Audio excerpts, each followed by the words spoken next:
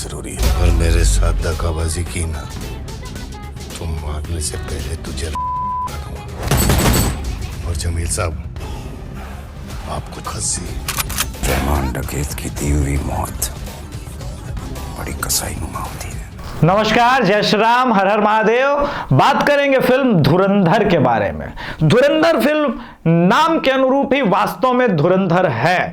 आने वाले कुछ मिनट के अंदर आपको पता चल जाएगा इस फिल्म को मैंने वास्तव में धुरंधर क्यों कहा, उसका क्या कारण है। सबसे पहले आदित्य धर के लिए बधाई। बहुत अच्छा फिल्म लिखा है और निर्देशित भी उतना ही अच्छा आपने किया है। फिल्म की यूएसपी हम जब 90s और इवन 80s वाले भी देखने जाएंगे तो उन्हें जो बीच बीच में जो फ्यूजन मिलता है संगीत का, 80 और 90 के गीतों का जो झलक मिलता है, जैसे संजय दत्त की एंट्री के समय एक गाना बजता है, हवा हवा ए हवा मुझको, मतलब वो गीत हमारे रगों में बसा हुआ है। तो इस फिल्म के बारे में बात करेंगे। रणवीर सिंह, अक्षय खन्ना, अर्जुन रामपाल और निस्संदेह संजय दत्त, मतलब हैवी वेट जिसको कह सकते हैं। स्टार कास्ट बहुत भारी भरकम है। फिल्म की शुरुआत होती है, कांधार हाईजैकिंग को दिखाया जाता है और कांधार हाईजैकिंग के प्लॉट में नजर आते हैं।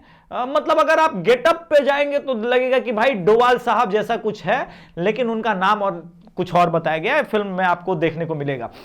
आर माधवन अपने आप को कैरेक्टर में पूरी फिल्म में रखते हैं। We must infiltrate the very core of terrorism in Pakistan, ताकि वो भारत के खिलाफ अगर नींद में भी सोचें तो उनके ख्वाब में भी हम बैठे नजर आने चाहिए। अपनी विवशता को दिखाते हैं, अपनी बेबसी, लाचारी, आप जो नाम देना चाहे। सरकारी तंत्र में फंसा हुआ एक इंटेलिजेंस अफसर। आज तक बॉलीवुड में जितनी स्पाई यूनिवर्स के नाम पर जितनी कचरा फिल्में आई हैं, उन सब से इतर धुरंधर कुछ अलग है। इसके बाद दिखाया जाता है फिल्म में जो दूसरा इंपॉर्टेंट है कि वो हमारे संसद भवन पर अटैक होता है और फिर वो आडवाणी जी के ही कैरेक्टर में एक आदमी है जिससे कहते हैं कि भाई हमारे पास ऑप्शन नहीं है, हमें भी उसका उत्तर देना पड़ेगा वरना ये यूं ही मारते रहेंगे। वहां से धुरंधर की कहानी शुरू होती है। रणवीर सिंह, नाम से पता ही है आपको, ये स्पाई बने हैं और ये जाते हैं वहां पर। लेकिन जहां पर ये फिल्म समाप्त हो रही है और इसका पार्ट 2 आने वाला है, ऐसा नहीं लगेगा आपको कि ये फिल्म गलत जगह पर रुकी है। अगर तुम लोगों के पटाखे खत्म हो गए तो मैं धमाका शुरू करूं। इस फिल्म को आप रणवीर सिंह का कह सकते हैं वार्म अप। असली धमाका आपको अगले फिल्म में देखने को मिलेगा, यह भी सही है। लेकिन यह फिल्म जानी जाएगी जिसके लिए उसका नाम है अक्षय खन्ना। अक्षय खन्ना एक्सप्रेशन, कम शब्दों में जिस प्रकार की जो बोलचाल, हाव भाव अक्षय खन्ना ने पकड़ा है। रहमान डकैत की दी हुई मौत बड़ी कसाई नुमा होती है। रहमान बलोच के कैरेक्टर में है। फिल्म शुरू होती है, निहारी को दिखाया जाता है जो कि कराची के अंदर है, वहां पर गुंडों की लड़ाई दिखाई जाती है, ये सब कुछ दिखाया जाता है। कॉमिक टाइमिंग उतने ये नहीं है, लेकिन पंचेस बीच बीच में ठीक ठाक है। लेकिन एक्शन धमाका आपको सोचने पर, पाकिस्तान का एक जो चित्रण दिया है वो सोचने पर विवश करता है। पहला हाफ जो है वो स्टोरी बिल्डिंग वगैरह में जाता है जरूर है, लेकिन आपको मूवी का पेस कहीं स्लो है ऐसा लगता नहीं है। स्क्रीन प्ले कमाल का है, बहुत बढ़िया स्क्रीन प्ले है। म्यूजिक मेरे हिसाब से, मैंने रिसेंट में जितनी नई फिल्में देखी है नई जनरेशन की, आप जानते हैं मैं थोड़ा सा सेटिस्फाई कम रहता हूं, हार्ड क्रिटिक हूं। इस फिल्म में जो सबसे कमाल की जो मुझे चीज लगी, जो फ्यूजन, जैसे वो आ गया पिया तू अब तो आजा जो बैकग्राउंड में बजता है। बाकी गाने औसत ही हैं, जो नए जमाने के अब म्यूजिक डायरेक्टर क्या ही गाना बनाएंगे और क्या ही लिखेंगे। किंतु वो जो मैंने कहा कि भाई जिस प्रकार के ना तो कारवा की तलाश है, इस गाने को जब मैं मतलब पुराने स्टाइल में सुनता था, नए स्टाइल में जिस प्रकार से उसको फ्यूजन करके बनाया गया, अच्छा लगता है कान को, मतलब एक सुकून मिलता है कि आज भी कुछ इस प्रकार की चीजें हो सकती है। ओवरऑल ये ठीक लगता है। एक्शन तो सुपर है। एंट्री अर्जुन रामपाल की as a Javed, colonel Javed बने, मेजर जावेद बने सब लोग, तो मेजर जावेद की जो एंट्री है और जो वहशीपना है, बेटे जब वो एक टॉर्चर करते वक्त इंडियन स्पाई के साथ करता है, वो वहशीपना आंखों से झलकता है। फिर वो 26/11 दिखाया जाता है। लेकिन इसके बीच में जो कांग्रेस सरकार की मारी है इस फिल्म ने, 1971 के जंग के बाद पाकिस्तान में बड़ा उदास सा माहौल था कि कैसे जाली नोट के कारण पाकिस्तान के अंदर आतंकवादी फल फूल रहे थे, पुष्पित पल्लवित हो रहे थे। इसको बहुत सटल अंदाज में जिस प्रकार से दिखाया है वो बताता है कि सरकार किस प्रकार की थी, कैसी थी, क्या विचार थे उनके, यह स्पष्ट होता है। मुंबई अटैक की नाकामी, विवशता, और उसके बाद जब आता है अर्जुन रामपाल और ये कहता है कि ये हिंदुस्तानी तो बड़े नामर्द निकले, मुझे अंदाजा था कि कम से कम कुछ तो 26/11 के बाद ये करेंगे। और वो सीन बहुत गजब का फिल्माया गया है। आप वहां जब जाएंगे उस फिल्म को देखने, और मैं मानता हूं इस रिव्यू के बाद आप फिल्म देखने जरूर जाएंगे, ये एक फ्रेम आता है जहां पर पत्रकारिता को दिखाया जाता है उस वक्त के, जो आज कई लोग कहते हैं ना कि भाई इंडियन पत्रकारिता कितनी गिर गई है। और अब मैं इसको दो फ्रेम में बांटता हूं। एक पत्रकारिता जो इस बार इंडिया में हुई है, स्पेशली पाकिस्तान और इंडिया के बीच जो ऑपरेशन सिंदूर चल रहा था, और एक पत्रकारिता जो 26/11 के समय हुई थी। तो आपको यहां पर साफ अंतर दिखता है कि अभी जो पत्रकारिता के नाम पर झूठ बोला कि कराची में बम फोड़ दिया, यहां मार दिया, वहां मार दिया, किस प्रकार से भारतीय मीडिया ने अपना रोल निभाया ऑपरेशन सिंदूर के दौरान और पाकिस्तान के अंदर एक पैनिक क्रिएट करने का काम किया। और उस समय 26/11 के समय लाइव विजुअल को दिखा करके पाकिस्तान के जो हैंडलर्स थे वहां पर, उसकी ओरिजिनल रिकॉर्डिंग भी सुनाई गई है, वो इंडियन मीडिया को देख करके उनको कसाब से लेकर के सबको बता रहे थे कि क्या करना है, कहां करना है, कैसे करना है। इसलिए आज जब आप इस फिल्म को देखने जाएं तो इस पर्सपेक्टिव को जो मैं कह रहा हूं जरूर देखिएगा, सुनिएगा कि आज इंडियन मीडिया को क्रिटिसाइज किया गया ऑपरेशन सिंदूर के बाद, ऐसा नहीं हुआ, वैसा नहीं हुआ, तुम लोग हवा बना रहे थे। हवा बनाने का ही काम मीडिया को किया गया था। दरअसल भारतीय मीडिया भी उस दिन ऑपरेशन सिंदूर लड़ रही थी। इसलिए मैं चाहूंगा इस फिल्म को देखने के बाद जब आप बाहर निकले तो इंडियन मीडिया को कहे कि वाह क्या गेम खेला आपने।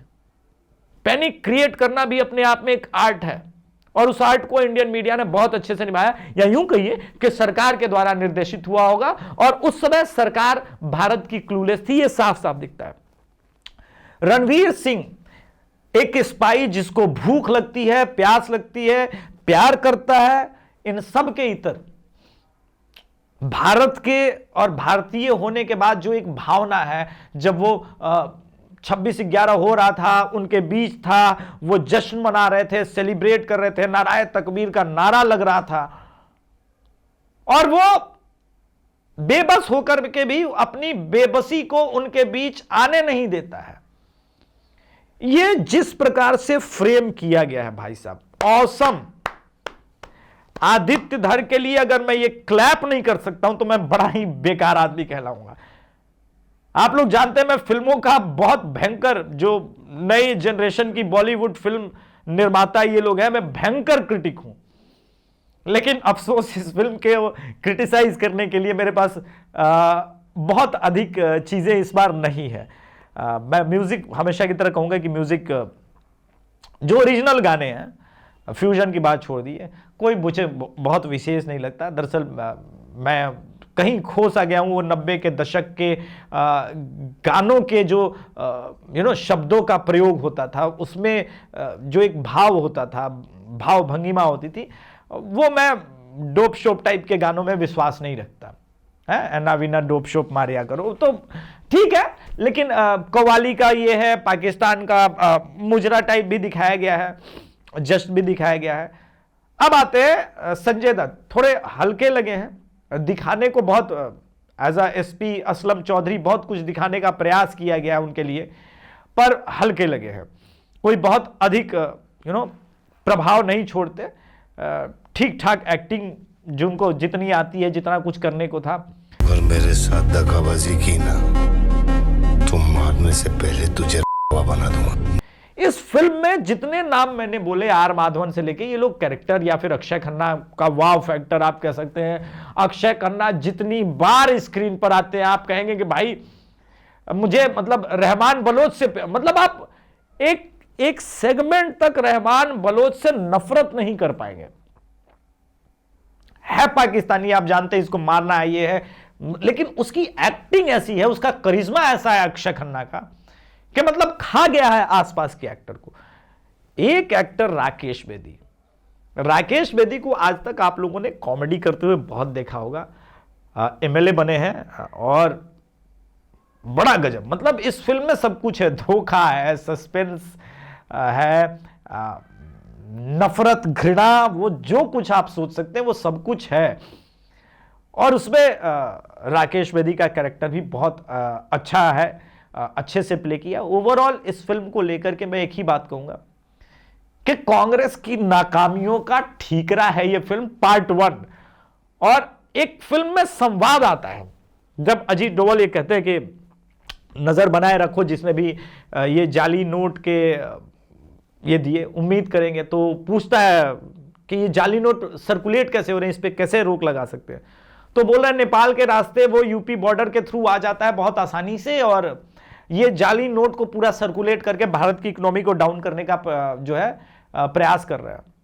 उस वक्त अजीत डोभाल एक बात बोलते हैं, अजीत डोभाल के अंदाज में, मैं ये तो नहीं कहूंगा कि अजीत डोभाल है, क्योंकि फिल्म में स्पष्ट कर दिया गया वो अजीत डोभाल नहीं है, गेटअप वैसा लगता है।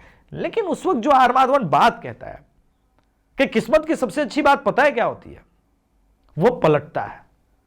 किस्मत की सबसे अच्छी बात ये होती है, पलटता है। एक दिन ऐसा आएगा जब उत्तर प्रदेश में ऐसी सरकार होगी जो इस माफिया नेक्सस को, जो कौमी दंगे कराते हैं हर बात पर, उनको ठोकेगी, रोकेगी। वो योगी जी के बारे में मुझे मतलब ऐसा लगा कि वो बताया जाता है कि एक समय सरकार ऐसी आएगी उत्तर प्रदेश में भी, और केंद्र के बारे में बताया जाता है कि किस प्रकार से केंद्र के मंत्री और बेटे मिलकर के जाली नोटों के प्लेट्स की रिप्लिका उनको दे आते हैं, और एक समझौता होता है जहां पे एक ही पेपर जो पाकिस्तान की करेंसी के लिए, इंडिया के करेंसी के लिए यूज होता है। तो ये पूरा सब कुछ नेटवर्क चल रहा होता है, और ये वास्तविकता है। और ये फिल्म लिटरली नोटबंदी को किस प्रकार से जस्टिफाई करती है और ये करती है, और ये पूरा इसको लेकर के, फिल्म को देख करके हो सकता है कोई प्रो कांग्रेसी देखने जाए तो उसे ये एक बार फिर से प्रोपेगेंडा टाइप का लगेगा, क्योंकि आदत से मजबूर है वो। पर फिल्म कहीं भी किसी का नाम नहीं लेती, ना कांग्रेस का, ना मोदी का, ना योगी का, ना अटल बिहारी वाजपेयी का, क्योंकि वो भी तो नाकामियों का ही एक दौर था। तो सरकारों की नाकामयाबी और बीच में अज्ञात वीर का ये पूरा कॉन्सेप्ट, ये अज्ञात वीरों को समर्पित फिल्म है। आप आजकल अज्ञात वीरों की चर्चा बहुत सुनने लगे हैं, हम लोगों के चैनल पर, अलग अलग चैनल पर, राष्ट्रवादी चैनलों पर स्पेशली। ये अज्ञात वीरों को समर्पित है, जिसको मतलब सिर्फ एक ही चीज है कि भारत माता से वो प्यार करता है, बाकी अपना परिवार, सुख चैन सब कुछ छोड़ के आया है, भूख प्यास सब कुछ लगती है, लेकिन नितांत एक अकेला है, अकेलेपन में जीवन व्यतीत कर रहा है। ये सब कुछ है, सारा क्लास इसी के बीच में है। इस फिल्म को जरूर देखिए। मैं इस फिल्म के कलेक्शन के बारे में बात नहीं करूंगा, एक बात जरूर कहूंगा, यह फिल्म ऑलरेडी सुपरहिट है। फिल्म के सुपरहिट होने वाले सारे मटेरियल इसमें है, और मैं व्यक्तिगत रूप से पार्ट 2 का वेट अभी से कर रहा हूं, वैसे ही जैसे कभी मैंने एक फिल्म जो साउथ की आई थी उसकी वेट की थी, केजीएफ। आप कुछ और सोच रहे होंगे, मैं कर्नाटक इंडस्ट्री की केजीएफ की बात कर रहा हूं। केजीएफ पार्ट 2 का भी मैंने इसी बेसब्री से इंतजार किया था। मुझे पार्ट 1 उतनी अच्छी लगी थी, उसी प्रकार से ये पार्ट 1 इतनी अच्छी लगी है मुझे कि मैं इसका अभी से वेट कर रहा हूं कि पार्ट 2 जब मार्च में आए तब मैं फिर से इस फिल्म की समीक्षा करने बैठूं। मेरे हिसाब से, मेरे दृष्टिकोण में A+, Akshay Khanna, A+, Ranveer Singh, A+, Arjun Rampal, A+, Rakesh Bedi. और अगर आप वास्तव में एक्टिंग और डायरेक्शन देखना चाहते हैं, सिनेमेटोग्राफी देखना चाहते हैं, बैकग्राउंड स्कोर देखना चाहते हैं, मतलब ये सब कुछ आपको पसंद आता है, कुछ अच्छा देखना चाहते हैं, तो जाइए धुरंधर दिखाइए। वास्तव में इस फिल्म का नाम धुरंधर ही होना चाहिए, अपने नाम को जस्टिफाई करती है।